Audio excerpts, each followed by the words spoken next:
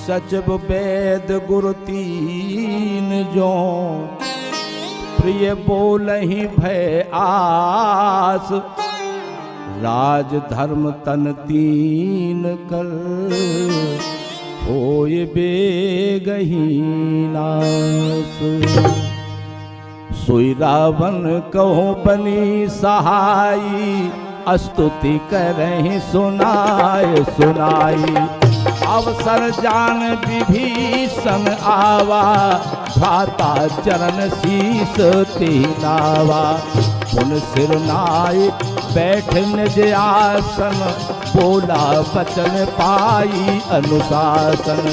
जो कृपाल पूछहु मोहि बाता मति अनुरूप कहूँ हित दाता।